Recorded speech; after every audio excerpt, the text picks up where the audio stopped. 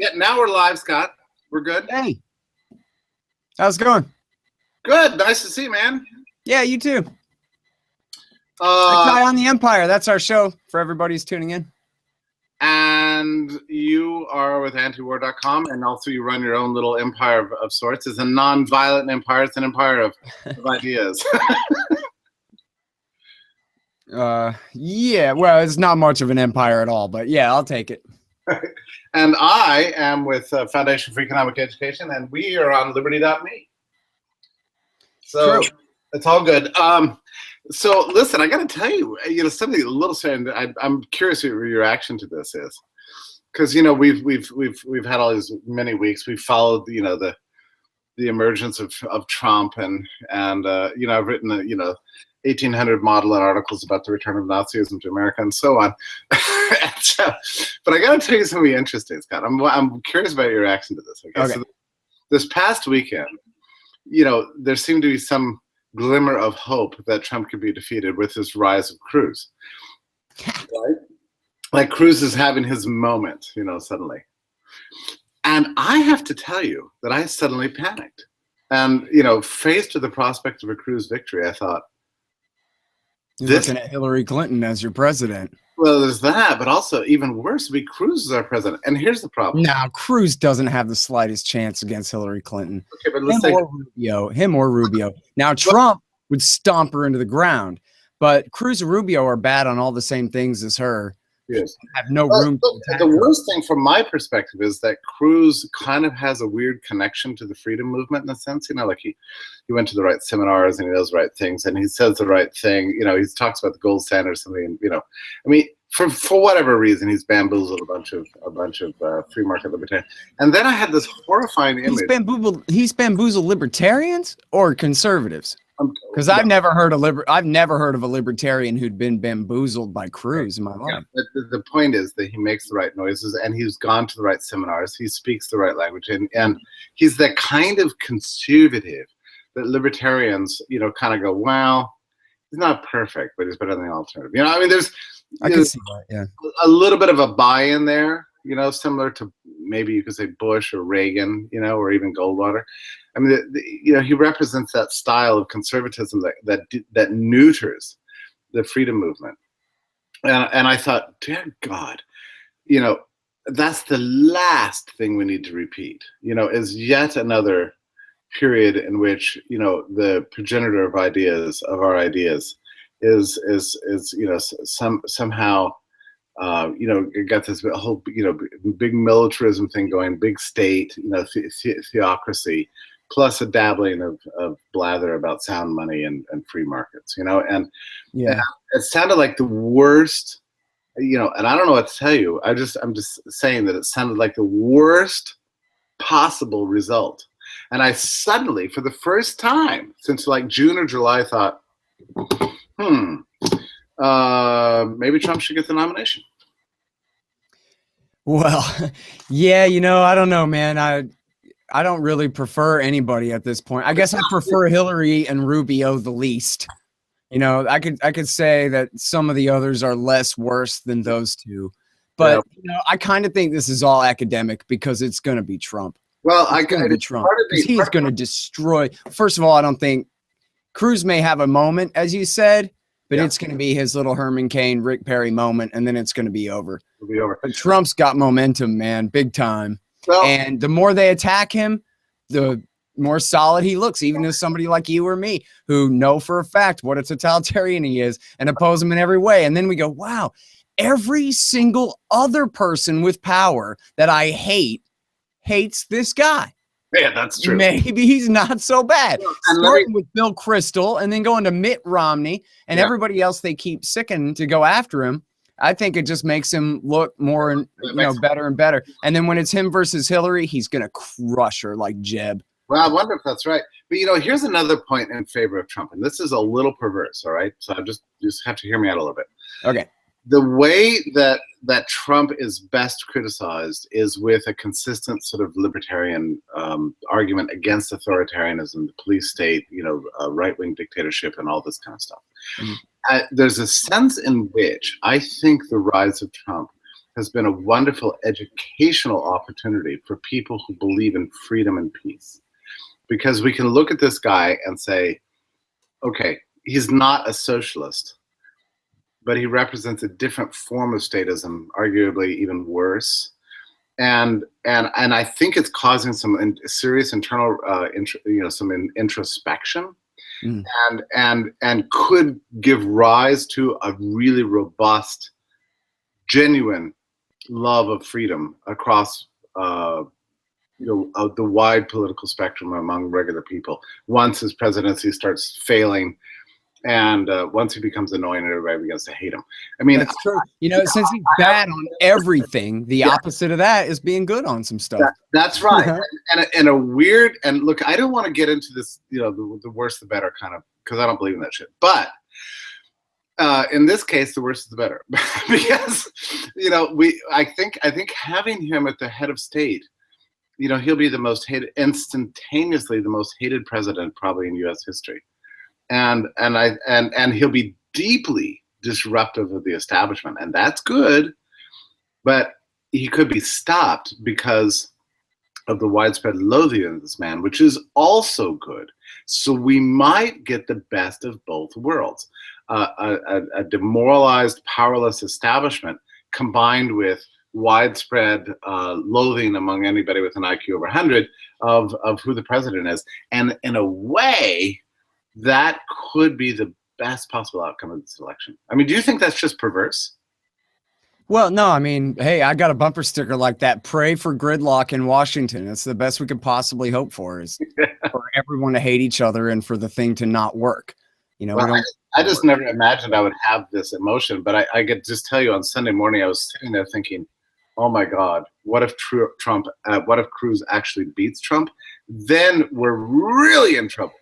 Well, Eric Garris from antiwar.com, he's a real expert on all this electoral stuff. Yeah. And he said, it is within the realm of possibility that Trump could lose Michigan, could lose Ohio, and he's almost definitely going to lose California, although he'll still get about a third of the delegates for second place in California. But Cruz is pretty far ahead there. And, it's really not that done of a deal. Part of Trump's problem is he appeals to so many non-voters. They love to come out and see his rally, and then they all figure that, well, everybody else is going to take care of making sure that he wins, and none of them vote. And so, I mean, not none of them. He's been doing really well in some, but I think making everybody take the pledge or whatever. I think he learned that lesson, that like, man, and of course he overdoes it. Instead of saying, hey guys, remember, you got to vote, not just come out to the rally, he makes them swear to God that they will, which, when I saw Abe Foxman saying it was a Nazi salute or whatever, I thought, again, all of these guys might as well be working for Trump. They're going to continue to attack him with these weak, pathetic arguments. In social psychology, they call that attitude inoculation. It's how to manipulate someone. Is you give them an argument, and then you give them a bunch of weak arguments against it. And then their position for the argument that they only just heard themselves will solidify in the face of weak opposition. Abe Foxman says Trump is a Hitler-loving Nazi because he raised his hand like this. Really? I think Abe Foxman is a Nazi. How about that? And that's everybody's reaction is, seriously, screw you. The guy is, okay, he's a fascist, but he's not a Nazi. Give me a break. That's true. Nazism was about a real ideology, not just, hey, I really want to be president, please, which is Trump's ideology. Nazism, at least it's an ethos. Yeah, exactly. Say what you will about, at least it's an ethos. Exactly. I mean, Trump doesn't believe in anything at all. The idea that he's leading some fanatic crusade against Jews or Muslims or anybody else is just ridiculous. Yeah. Come on. Well, I mean, he loves the idea of obedience, and he is a would-be authoritarian and so on. But I think that salute was. Yeah, I mean, well, so compare him to FDR, but Hitler, really, it's. But now Ted Cruz, I don't think Ted Cruz is going anywhere, and I'll tell you why too. Not just because I can't imagine how anybody supports him at all in the first place, but also there was a thing in the New York Times a couple weeks back where they talked about how they were talking to all of the Republican leadership establishment types and their fears about Trump. And they were saying, yeah, but we hate Cruz more than we fear Trump. Because at the end of the day, Trump is a reasonable guy. He's a businessman. He's not really going to deport 12 million illegals. He just likes talking that way to fool the rubes. But when it comes down to it, he's going to deal with us. And that's what he says. Hey, I'm a deal maker. Let's work with the Congress. Let's unify, all this kind of thing. Where Ted Cruz's attitude always on everything is my way or the highway. And screw everybody else. Yeah, to the point of forcing a government shutdown when the Republican leadership absolutely was opposed to it. And he forced it anyway. And I mean, and they all hate him to a man. They just absolutely hate him. He doesn't even believe in compromise at all, which is a pretty crappy way to run a so-called democracy. So their attitude is, better deal with the businessman who at the end of the day will be able to measure these costs and make some compromises for his own interests. Yeah, I really get it. And it's significant for me anyway, because I've spent, the better part of, I guess 9 months now or 10 months now, writing about and dreading, Trump and trying to chronicle the sociology of political despotism that, that he sort of represents. And to wake up one morning and suddenly have a sense that, oh my God, it could even be worse. It was pretty weird to me. Yeah. Well, and look at what it is about him that everybody is so mad at. They claim that, it's about he's mean to Mexicans or he's, all these Republicans, 100 and something conservative and neoconservative leaders wrote this joint letter denouncing Trump for supporting torture. When to a man, every single person on that letter is a pro-torturer. Every single one of them love torture when it's a Bush doing the torture. But then they go, we could use torture as a talking point against Trump. Let's pretend like we're against torture. That's not what their problem is, that they're afraid that he will commit war crimes. Their problem is they're afraid that he will not commit war crimes. They're afraid that he will not take America to war for Israel, like they can count on Rubio doing, like they can count on Hillary Clinton doing. And Donald Trump keeps saying things like, we shouldn't have done Iraq. I mean, that's desecrating Ariel Sharon's corpse. How can you say that? Ariel Sharon wanted that war, and you say it was a bad idea? That's why Bill Kristol and Mitt Romney and everybody between them hate and fear Donald Trump. It's because he's not on board for the Likud. You don't think there's any chance that certain writers at National Review and other people are staring at Trump and going, oh my God, this is where our ideas, our statist ideas of how government should run leads to that, and they love that. They love that. That's exactly my point, is he's everything that they've proclaimed to be, virtue in the pages of the National Review for the last, 20 years, except for one big thing. As Jonah Goldberg, the editor, wrote it, Baghdad delenda est. We must invade Iraq because that's what Israel wants. And the thing is about Trump is he's pro-Israel as hell. And if you ask him, he says, I'm more pro-Israel than anyone in the whole wide world. I make Barack Obama, the most pro-Israel president ever, look like an anti-Semite is how pro-Israel I am, Trump says. But they just don't believe him because they don't own him, because he's not dependent on Sheldon Adelson to pay his way. And so they're afraid that he might change his mind. Simple as that. So that, you think, your view is that is why Trump is not considered to be that's why he's an outsider. That's why he's hated by the opinion classes. That is the driving issue more than anything else. No question about it. And just look who's leading the parade. It's Bill Kristol and Max Boot and Robert Kagan. And they say they prefer Hillary Clinton. And why? Ask them. Read the damn articles in the Times. Israel, Israel, Israel, Israel, Israel. So I had imagined that maybe Trump would force people to come to terms with their own sort of authoritarian politics and experience revulsion. That they look in the mirror, they look in the mirror and they see Trump and they go, oh my God, Nah, come on. You're projecting your own decent self onto the writers of National Review. They're not decent. They're not. I'm not joking around. We're talking about Jonah Goldberg and Andrew McCarthy and the lowest scum of the planet Earth. The worst people in the world outside of the Hillary Clinton campaign. The worst people on the face of the planet. People soaked in literally dozens of, literally, not as a figure of speech, but no, really, dozens of Olympic-sized swimming pools full of the blood of innocents because of them and their lies in the interests of a foreign power. And now here comes Donald Trump, who goes and gives a speech to, I forgot, the American Zionist Federation or whatever group it was. And he laughed in their faces and said, I don't want your money. And that's why you hate and fear me, is because you can't buy me. He said it to their faces. Yeah, I watched. So they decided, doesn't matter how much he says trying to take that back and how much kissing up to Israel that he tries to do. That's the real bottom line, is Marco Rubio's entire ass is the owned property of Sheldon Adelson. He's not even a human being, okay? He's a puppet with someone else moving his mouth. And that's why they like Rubio. And Donald Trump is rich enough, famous enough, and cocksure enough to just be independent of anyone, of any power faction. And so, again, I'm not saying he's good on this issue. He's really not. But when he says, hey, you know what we should do? I want to negotiate the two-state solution.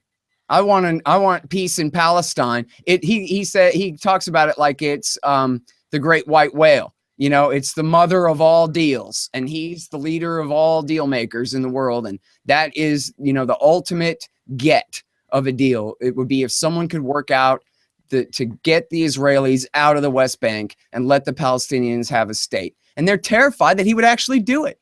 And he said, look, I love Israel, love them, love them, love them, love them, love them, love them, love them. But when you go into a negotiation, you have to kind of try to be neutral to negotiate between two sides. It doesn't do any good when you say this side is the good guy and that side is the bad guy if you're the one trying to get them to come to a deal, which of course is 1,000% true for anyone who's ever negotiated anything before. That's just 100% right. But to Bill Kristol, that's treason, because to Bill Kristol, Tel Aviv is the capital of the United States of America. On the two-state solution, is that something? I mean, do you imagine that would actually bring peace to the region? And how much will they? No, I think the Israelis would massacre every last Palestinian on the West Bank before they give it up. That's what I think. Unless the American president said, no, I will bomb Tel Aviv if you do that. But most Israelis don't have any interest in settlements on the West Bank. Except their tax money pays for it all. And they refuse to do anything about it. In fact, from the Forward this morning, the Jewish Daily Forward, 48% of Israeli Jews back expulsion of Palestinian Israeli citizens.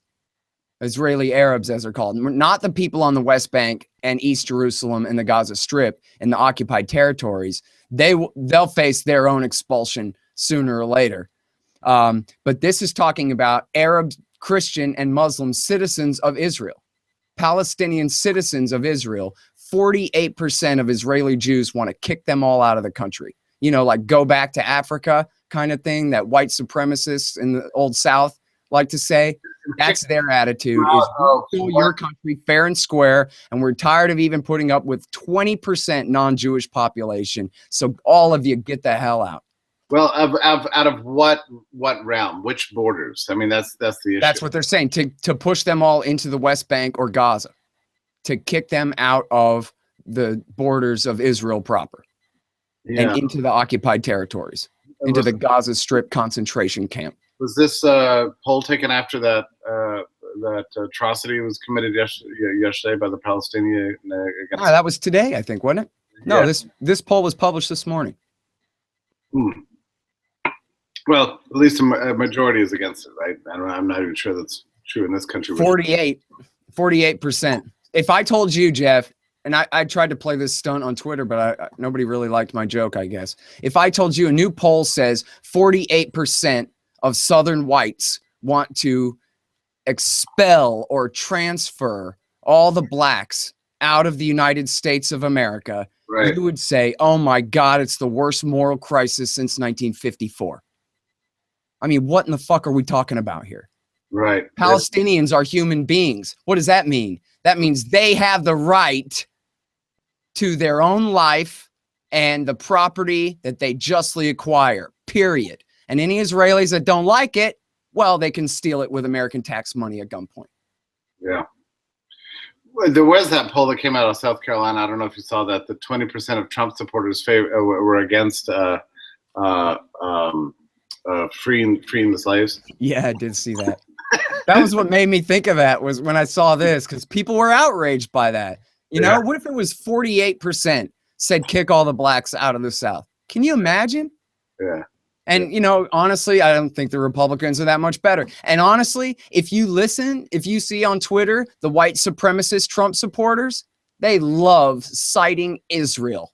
And they say, come on, you conservatives, what's wrong with ethno-nationalistic determinism? It works for the Israelis.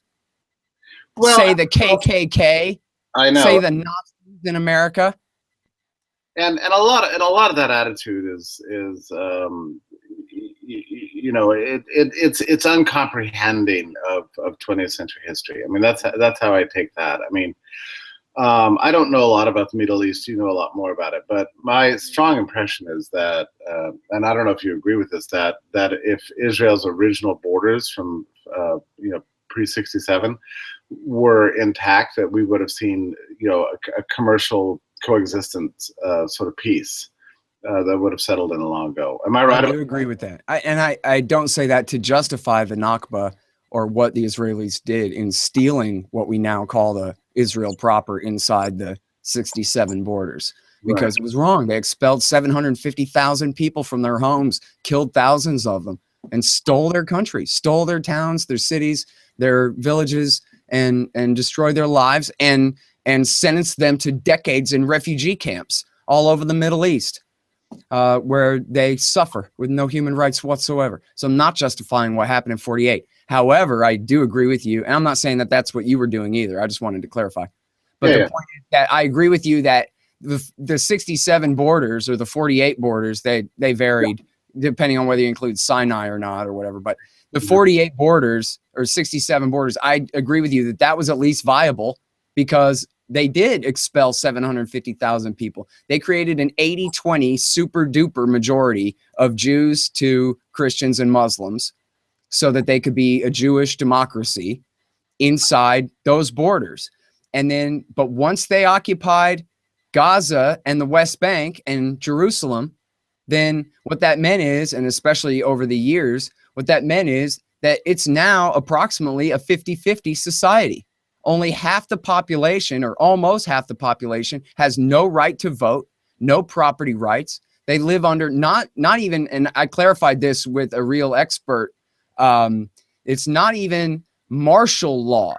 They are under war law, under a foreign government's occupation for now longer, for 50 years, for longer, 48 years, longer than the Soviet Union occupied Eastern Europe. The Israelis have occupied, and it's a 50-50 split. It's not an 80-20 super duper majority. It's just that they've disenfranchised half the population of the country. It's an apartheid situation.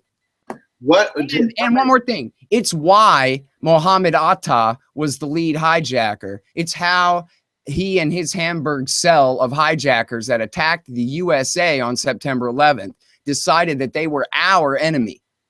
Was they were watching what Israel was doing to the people of Palestine and the people of Lebanon on our dime. And they said, come on, let's go to Afghanistan, go through the training camps, and see if we can join up with somebody who can help us do something about it. What are the demographics of the settlements, as you understand it? Because, you know, I've never been to Israel, so I don't know a lot about the situation, but I have a hard time believing that your average, you know, merchant in you know, trying to live a peaceful commercial life, just like Americans are trying to live peaceful. Most Americans try to live peaceful, you know, are interested in this level of expansion. So what are the demographics like, and why is it happening? Why? You know, it's interesting. There's this peacenik writer named Yuri Avenery, who he was in the Irgun Israeli terrorist group or Jewish terrorist group before there ever was in Israel. He fought in the 1948 war, but then he's been a peacenik ever since then. So he's a real old man now. And he writes all this about how, reminding us that Israel was founded by a bunch of atheist communists. They didn't believe in God. This wasn't a mandate from God that they take that land. It was second or third choice, actually, after the original founders of Zionism wanted to move to Argentina. And they decided, finally, okay, I guess we'll go to Palestine. And then after World War II, they did. But they were, they weren't whatever percentage of Orthodox and other religious groups were really very small until Yuri Avenery says after the 67 war. Now we're talking about the biblical land of Judea and Samaria and all these religious sites and all these things. So now all of a sudden, and generations are going by, of course, as well. And so now this project that, according to Yuri Avenery now, this project that was a, quote, Hebrew project became a Jewish project, a religious project, where before it had just been a matter of kind of ethnic identity. Now it became a bunch of religious excuses for stealing. That's what it is. Yeah. So what they do is they build all these settlements, which is illegal after Hitler invoked Lebensraum for his excuse for aggressive war in World War II. America and the rest of the world outlawed governments expanding their borders by force and moving their civilian populations into those territories. Well, that's exactly what the Israelis have done. And there are now, I guess, 500,000 something settlers on the West Bank. And their partisans are, severely infiltrated into the military as well. So if you ever had, I don't know, some labor leader, not that they care, I don't think, but if you ever did have a labor leader who wanted to close down the settlements and give up the West Bank, then there very likely could be a civil war over it. You could very likely have army divisions of the IDF who absolutely refuse to carry out those orders, or maybe even fight the divisions that try to, or God knows what. Because you know what I mean? It's if George Bush and Barack Obama or whatever, going back to Carter and Reagan, had been invading and occupying Mexico and expanding American settlements further and further into Mexico, you can see how the longer time goes on, the harder it is to keep calling it Mexico. It's not Mexico anymore. It's America now. We expanded the territory. We took it. And so it's very almost impossible to reduce. And yeah, I know we stole Mexico before. Not a perfect analogy. Eventually, it just became Texas. That's right. Yeah, I'm living there right now. Everyone's going, all these damn Mexicans everywhere. Wait, your town is called San Marcos. You think some Presbyterians from Massachusetts named it that, or what are we talking about here? I'm mortified. My own ancestors moved from Massachusetts to that area in Southwest Texas in 1832. Oh yeah. Wow. Yeah, and they were kind of awesome. They went down for the Quicksilver mines, which I guess is mercury or something, and joined the what are they called? The shoot 'em up Texas dudes, the Texas Rangers, or whatever. I don't know. And which was like sort of a national, it's the Gestapo basically of the white Protestants who invaded this territory, and cleaned it up for more expansion, by keeping the Indians at bay and basically slaughtering the Mexicans. And it's actually interesting when you go to the Alamo. What you quickly realize is that the white people who were shooting up the Mexicans there, occupied a mission church and used it as a military fort. I mean, this is sacrilege essentially, but they regarded the Catholics as the enemy, and they were going to crush them. So that's sacrilege. How dare you say that? I know, but I'm just telling you what's. I mean, but that's my religion. The history of the state of Texas. How dare you? I'm just saying. Blasphemy. I know, but you go in and you expect it to be a fort. You're like, wait a minute, this is a church. I mean, they took they took over a church and started killing the owners of the church and anybody who adhered to that religion, and just like said, well, this is for white Protestants, everybody else has to get out. I mean, it's pretty, why we celebrate it, I don't know. It's all a little bit strange. But anyway, thanks for that. I mean, I'm very interested in this, I someday I'll get around to reading about it. But in the politics of Israel, and I feel bad. Read The Lobby by Mearsheimer and Walt. The Israel Lobby and U.S. Foreign Policy. Yeah, I understand a little bit about the politics here, but I'm less clear on the politics within Israel, because I think Mondo Weiss. You read Mondo Weiss, Philip Weiss, former New York Observer reporter? No. Oh man, he's great. You'll love him. Sign up for his morning email list and check out that stuff. He's basically, he's got a whole gaggle of guys that write with him, but he's a liberal Jew, American Jew, who is, I forget the degree to which he was raised on Israel, but it was quite late in life, I guess, or, late in his career, that he realized that, man, this subject really needs another look. Yeah. And so he basically, Philip Weiss represents the crisis of conscience of American liberal Jews who have, they have their principles of civil rights and equal rights for everyone. They're liberals. They're, American Jews are 90% liberals. So for good or for ill, right? Everything that means, for good or for bad. But it means that they supported the civil rights movement in America.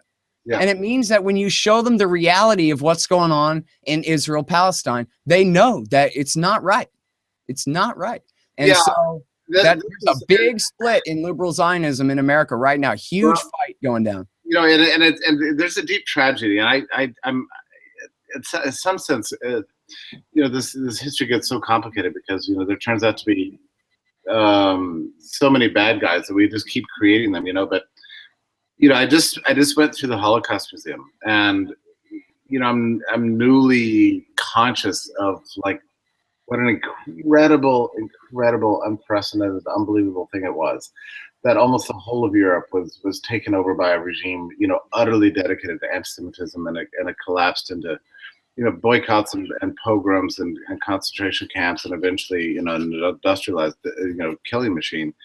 Like the likes of which the world had never seen before, and I get, following the end of that war, there was plenty of horrible things that happened, like Eastern Europe being given to the Russians, and suddenly, one tyranny is replaced with another, and the Zionist movement, which had been around for 50 years or whatever, had a very plausible case for the need for the homeland. I don't know that it needed to be there, but to protect the Jews from really was, horrifying, unbelievable, unspeakable massacre, and then the tragedy of that is, that's the prehistory, right? So then you mentioned earlier Lebensraum, this idea of breathing room. So now suddenly you've got a state. So you have a kind of a movement of people, then becomes a state. And then the state, every state everywhere becomes shitty, essentially, Yeah. And so then you get, a very perverse kind of reproduction of, National Socialist style policies, mm-hmm. and this expansionist agenda. And combined with a sort of longing for ethnic cleansing and so on, and it's beyond belief. It's like why can't we observe error and evil in the world and reject it and move on, with policies of peace and prosperity, and instead we observe error and evil in the world, and then we decide to combat it by reproducing error and evil. And it's like it troubles me. It troubles me, deeply. The failure to learn. The whole U.S. Holocaust Memorial Museum is dedicated to this proposition. Let's don't forget. Let's look at the face of evil, learn from it, and go forward with a world of human rights, human dignity, and peace. And I am so on with that agenda. Yeah. That's everything to me, and I believe it. But it should be applied consistently, Of course. Yeah, I mean, that's the whole thing. Well, a couple of things there. First of all, they should have given them the best part of Germany, not Palestine. What did the people of Palestine ever do to the European Jews? Nothing at all. Nothing at all. So, but the attitude at the time was they're a bunch of N-words. Their lives don't count, in the same way that the Jews' lives were considered not to count by the Germans. But come on, Arabs, a bunch of Arabs, and you can hear this every day. You argue about Zionism with people online or whatever. Oh, come on, there's a dozen Arab states. Why can't they just all go live somewhere else and get the hell out of our way and let us take whatever we want? As though someone living in Saudi Arabia means that someone living in Palestine doesn't have rights anymore. Right. Because there's such a thing as Saudi. The complete non sequiturs like this. They should have it was the Germans. If anyone was collectively guilty, it was the Germans. How about take all the whites of Germany and push them all into the communist East, where they can pay what they owe global society, what they owe humanity for their crimes. They can go live under communism for a while and let the Jews have the West. Yeah. Why not do that? Why in the hell give them Palestine? It makes no sense at all. Other than if you take into account, again, that very same Nazi-style racism, that the Arabs are subhuman and we can do whatever we want with them and push them out of the way. Well, no one will care. The problem, right? I mean, this is the problem in politics. We don't actually reject error. What we do is we use the state as a tool of revenge. So instead of looking at the horror of what the state has done and choosing peace and prosperity, instead we look at the horror of the state and go, all right, now it's time to reproduce that with a different application, and it just happens. It keeps happening again.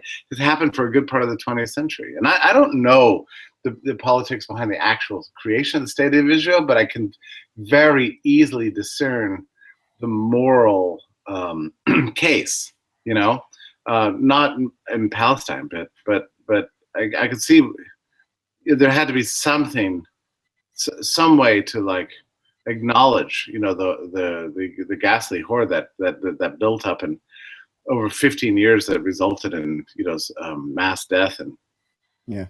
And this also goes to back what you had asked me before about the politics of the settlements and the point of view of the Israeli. What does the average Israeli have to gain from the settlements? Nothing. So why don't they do anything about it? And right. The answer to that, I think, is in this movie Defamation, which I highly recommend to people. You can watch the whole thing on YouTube, and it's made by an Israeli Jew. And he explains how basically in Israel, it's like the United States in 2002 forever. And you know how they give us, no matter what the holiday is, there's a, President's Day furniture sale or whatever the hell. Well, everything over there is Holocaust this, Holocaust that, about everything.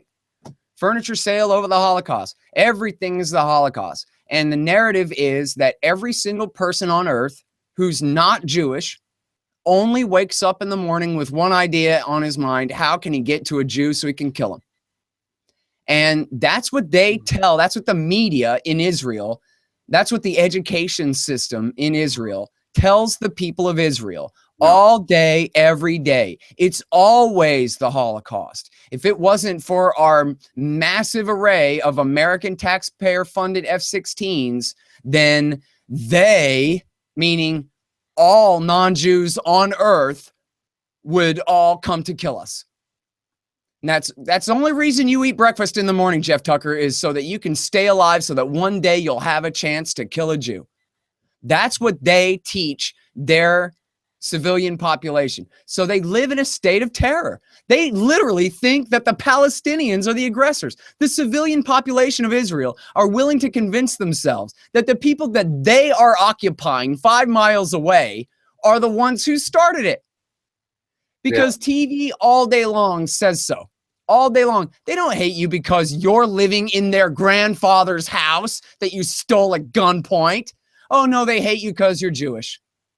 And they wake up in the morning wanting nothing more than to kill Jews. And that goes for not just the Palestinians, but for the Chinese and all the North Americans and the Europeans and the Brazilians and all the Africans and everybody else. All day long, all they do is they wake up in the morning trying to think of the way to kill every last one of us. And it's so stupid. It's unbelievable that anybody believes it, and yet they do. And if you watch this movie, seriously, watch this movie, Defamation, where he's like going out in search of anti-Semitism and he can't fucking find any. Right.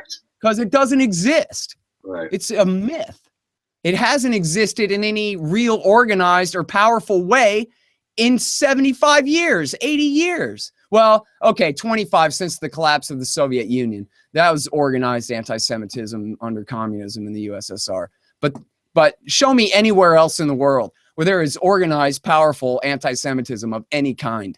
You know, take me to the woods of the least populous county in Alabama somewhere and just, you know, find me a cross burning or something. They'd never met a Jew in their life. They wouldn't know how to get to one.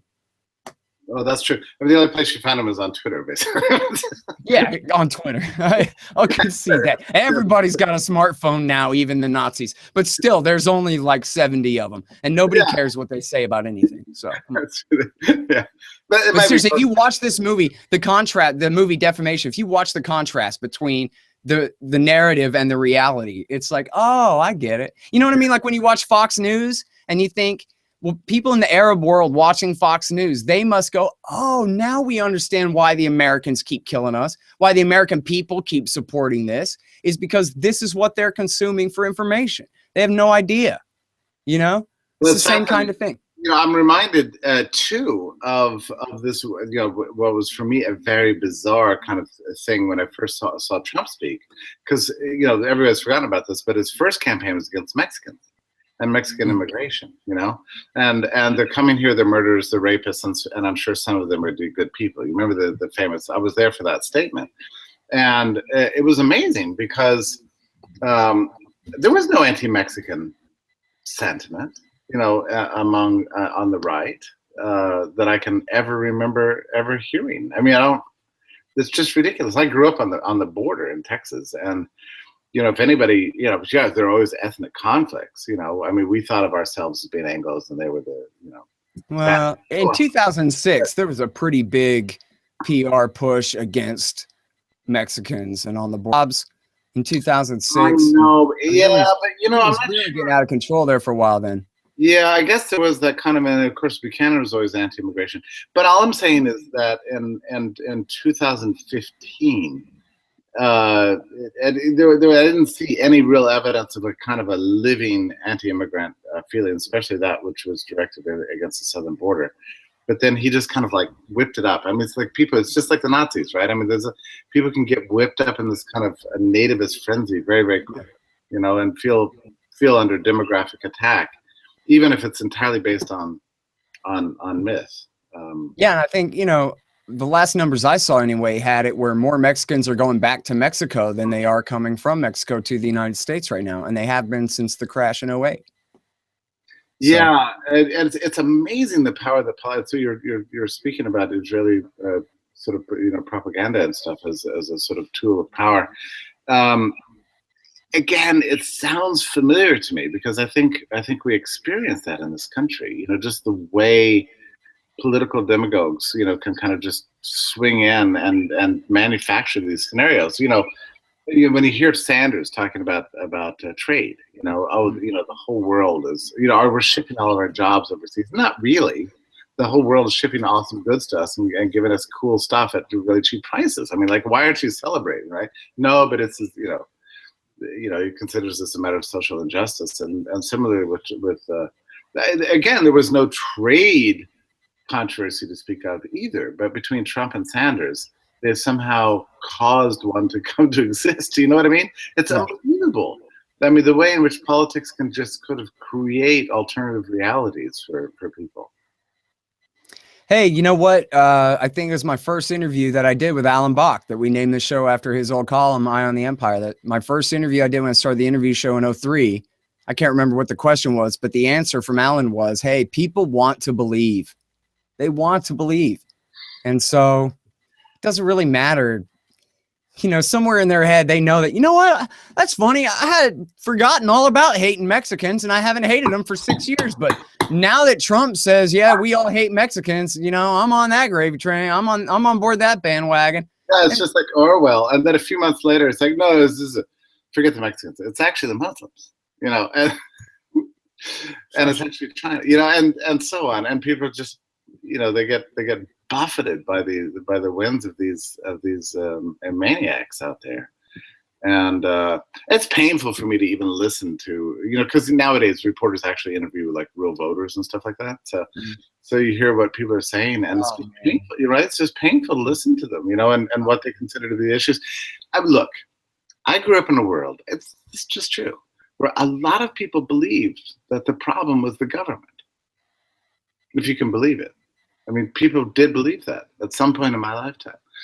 But now, well, I think people will agree with that all the time if you ask them, but then they'll turn around and love Hillary Clinton anyway. They don't understand even the disconnect between it. They just, it's a matter of a feeling, an impression, not an ideology or a set of beliefs that have any consistency to them. And a lot of it is based in kind of a group wrangling and hatred. It's like turning one group against another as the most powerful tool, and everybody uses it. In fact, the socialists and the Nazis both used it, right? I mean, so the communists were always railing against the landowners and the property holders and the kulaks, and we just sort of wiped them out. They're what stands between us and an awesome life. And the Nazis are like, no, it's actually the Jews, So they all picked their enemies, and now here we are in 2016, and it's a very similar situation. So Sanders is running around saying, the problem is the millionaires and the billionaires. And they're the kulaks in his vision of the world. I mean, this is no different from what the kind of shit that led to, the rise of the Red Guard. Except here's the thing, though. Sanders is right, because the truth is regular Americans don't have any power at all, but millionaires and billionaires do. And yet, what do millionaires and billionaires do with their power? They lobby for more taxpayer money for themselves. And even if it drives the entire society into imperial collapse, bankruptcy, and destruction. So screw them. They've done nothing but use the Democratic Party and the Republican Party to wage war against the population of this country. So I say round them up. Why should they get to keep all the capital when they only spend it lobbying Congress to enslave me more? Right, but it's too generalized, right? I mean, it's all right. Show me the good billionaires then. Show me the billionaires. There's maybe 3 or 4 of them, not even, in the society, who don't spend every waking minute trying to figure out how they can use the U.S. Treasury Department to rape the American population some more. Well, and I think you have a plausible case in the sense that, yes, billionaires are powerful, right? And so there's always going to be a linkage between money and political power. I mean, that's just sort of goes with it. Well, they're powerful and they're horrible on everything. They don't use their power to say, hey, let's stop locking up all the poor black people just for possession charges. Hey, let's not slaughter 1 million Iraqis to death. What's interesting about that, Scott, is actually Charles and David Koch, probably nowadays America's most famous billionaires, have been awesome on the question of criminal justice reform. And are putting a lot of money and time into lobbying for exactly that, against the police and against the court system. But they, of all the billionaires you could pick out to be the enemies, the left in this country has singled out them. Who are basically like libertarian free speech, advocates and actually like multicultural, multiracially minded and for criminal justice. They're the ones singled out as being the great enemies of the people. I mean, I find that really weird. But of all the billionaires you could have chosen, why the one, pocket of money that's actually like shares a lot of their values? Drugs legalization, criminal. Well, because one thing is because they just don't trust it at all, or the motivation behind it. But secondly, because the Kochs backed Scott Walker in breaking the government employee union in Wisconsin or Minnesota. And you're right, and that'll never be forgiven. So they'll never forgive that. Yeah, but no, I mean, it is hilarious that, Koch Industries actually does make stuff. It's not like they're just Citigroup or Lockheed who do nothing but steal all day. They actually make things that people use. They make stuff and like deliver paper towels to your, I mean, they're really not libertarians. I mean, they really are conservative Republicans when it comes to protecting their own interests in Congress. So I wouldn't want to, give them too much credit, but they support libertarian institutions, and they have made, as you point out, they have made personal issue over somewhat criminal justice reform. I think it falls short. If what we really need is for Charles Koch to say, legalize heroin, stupid, legalize cocaine. And if you're against that, it's because you're an idiot.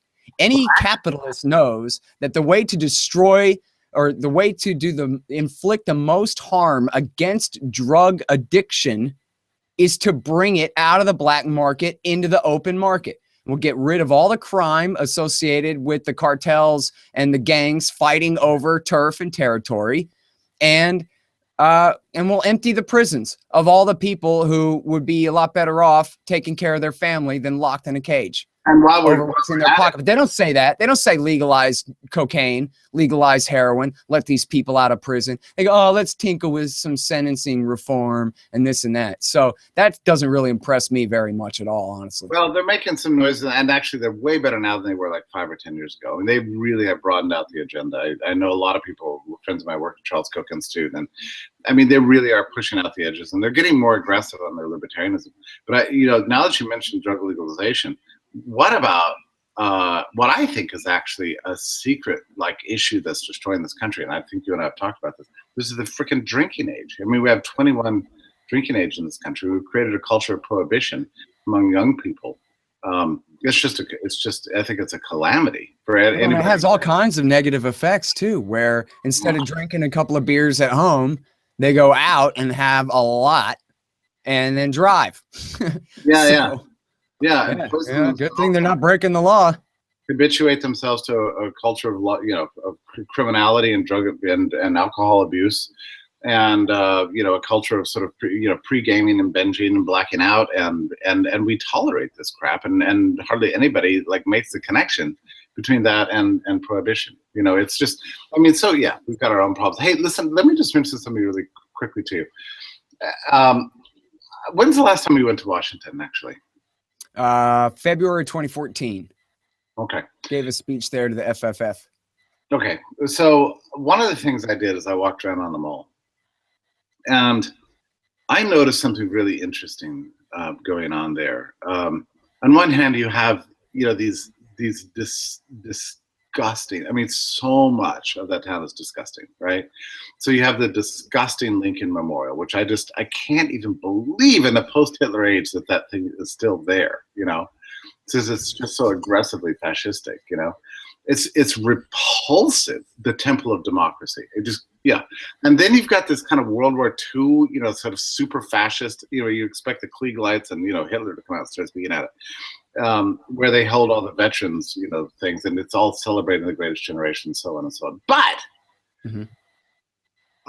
as you move forward in time, what you get from the war memorials is a very different message. I don't know if you've ever heard of the Korean War Memorial. No, I don't think so. Yeah, so there's 15. It's 15 soldiers wandering through weeds, completely lost and confused. That's the memorial. Huh. They're just wandering around. Korean War Memorial. They're wandering around, lost and confused, and about to die for nothing that they could understand. Fearing for their lives and about to die. That's the War Memorial. It's terrifying. Okay, so I'm looking at that and going, wow. So then I go from there to the Vietnam War Memorial, which is just this deep cut scar in the ground with no message whatsoever, and just the names of the dead imprinted on black marble. As you dig deeper and deeper and deeper, and then you come out on the other side, and it's aggressively nihilistic in a way. I mean, in the sense that this was pointless. Okay, Korea War Memorial says this was an egregious mistake. The Vietnam War Memorial says this was amounted to nothing. All it did was lead to unnecessary death. And so you see, how could they have done it after Korea? They do the same thing again after Korea. I mean, but I think it's interesting. I think it's really interesting to me that we see this kind of like apotheosis of the nation state, with World War II coming out, everywhere between the Civil War and World War II. It's like, yay government, yay war. And suddenly it's like, and as the years progress, ever more. I wonder what the Iraq War memorial will be. A Humvee getting IED'd, blown up in the air. That's really interesting. And I think some guy laying in a bed without testicles. Yeah, right. Well, I think you and I talked about this last time. Iraq is now the new Vietnam for this generation. So, whether it's Trump or Cruz or God help us, Rubio, or Hillary Clinton, any of these bastards, war just doesn't have the reputation it once had. It's just true. Yeah. Well, and, we can thank George W. Bush for that. That's the silver lining of, his father famously said that after the first Gulf War that we beat Vietnam syndrome, which was the, American people's illness. That was their unwillingness to do that again. And Bush Sr. said, oh, yeah, no, it was all laser guided and light and fast and easy and short. And this will not be another Vietnam, he promised. Of course, we've been bombing Iraq for 25 years ever since then. 25 years. 25 years, absolutely. So, but he was right that he did fool the American people into thinking, yeah, war can be a lot of fun. And I can just watch it, like George Carlin said, it was on every channel plus cable. It was so much fun. We all got to watch, as Bill Hicks said, the big fireworks show. I hope you all enjoyed it, But then the reality is Junior came along, and Junior decided he was going to prove that he was tougher than his dad and go all the way to Baghdad and fix Saddam Hussein. And then, the lesson of Vietnam was learned again. And I guess we're going to have to keep learning it. Which, by the way, is why we have a Holocaust Memorial Museum, to learn the lessons, to look at the history. No, because the lesson of the Holocaust Museum is you have to start a war now before something bad happens. That's the lesson of the Holocaust Museum. We should have invaded Hitler. We should have invaded Germany after Munich. They should have never made the Munich deal. As soon as he started taking Czechoslovakia, the Sudetenland, we should have launched the war then. I didn't get that. I saw, evil of ethnic cleansing and statism. That's what I took from the museum. But we never learn, and we keep repeating this ghastly history, and it's very difficult for me to say anything good about Trump. But the fact that he plainly said, in multiple occasions on national televisions and Republican debates, that the Iraq War was a disaster, that changes things. It really does. It begins the change. I wish it had been a different messenger, but it's a message that people needed to hear. Yeah, and he's even attacking the military-industrial complex and saying, we need to stop. We need to get the weapons only that the generals want, not the ones that Congress keep trying to push on them. So actually, he was good on prescription drugs in that debate, by the way. He actually. Hey, wait, one more thing about war before we go. It's right around the 1-year anniversary of the launch of Obama's aggressive war against Yemen, and now he's hiding behind the skirts of the Alzheimer's king of Saudi Arabia. But it's 100% Obama's war. It's American Air Force planes refueling the Saudi jets. I learned from former Ambassador Dan Simpson on the show last week that he's at least heard that it's that Americans are flying as the co-pilots with the Saudis in their F-15s as they go and slaughter Yemenis for now a year straight on a fool's errand, on an absolutely impossible mission. The stated goal to reinstall Mansour Hadi, who Hillary Clinton installed in a regime change operation in 2012. And they forced Saleh out and brought Hadi in. And do you fear Hillary Clinton as president? I mean, you see this as a continuing policy under her? Oh, yeah. No, she's horrible on every single thing in the world, dude. You can't name a country she doesn't want to invade or hadn't already destroyed. Mm-hmm. I mean, just look, the consequences from Libya immediately spread down into Mali and on to Nigeria, where Boko Haram from Nigeria ended up meeting up with the Al-Qaeda and Islamic Maghreb guys in Mali and picked up, some weapons, some tactics, and a couple of Saudi preachers for their trouble.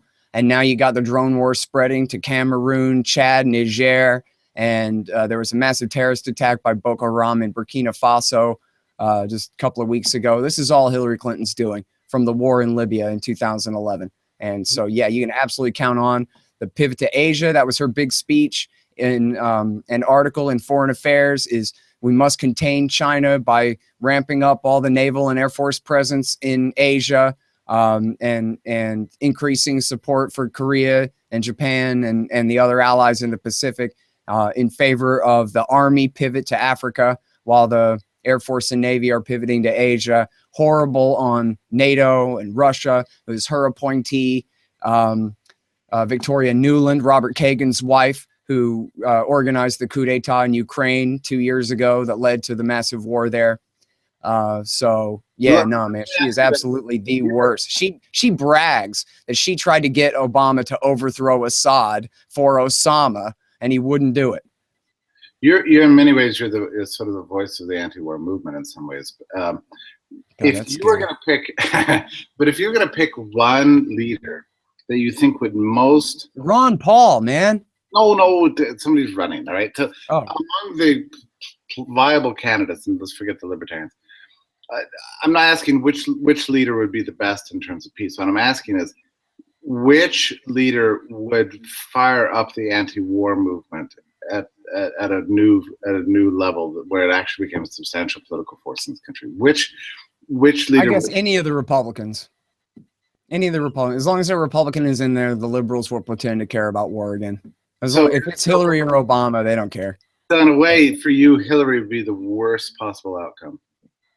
Well, she'd be, never mind me. She'd be, yeah, that's a fair way to put it for war and empire and the people of the region and everywhere else. Yeah, everywhere her power comes into contact. And then, yes, she will not generate the kind of opposition here at home because she's a Democrat. The anti-war movement is ignoring everything. So anyway, folks, you heard it here. Scott Horton. I think you make a very persuasive case, actually. I think that's a really interesting way to think about it. Yeah, it's a sad thing. And listen, I want to just say one thing real quick about Yemen, which is Daniel Larison at the American Conservative Magazine does a really great job covering this issue there.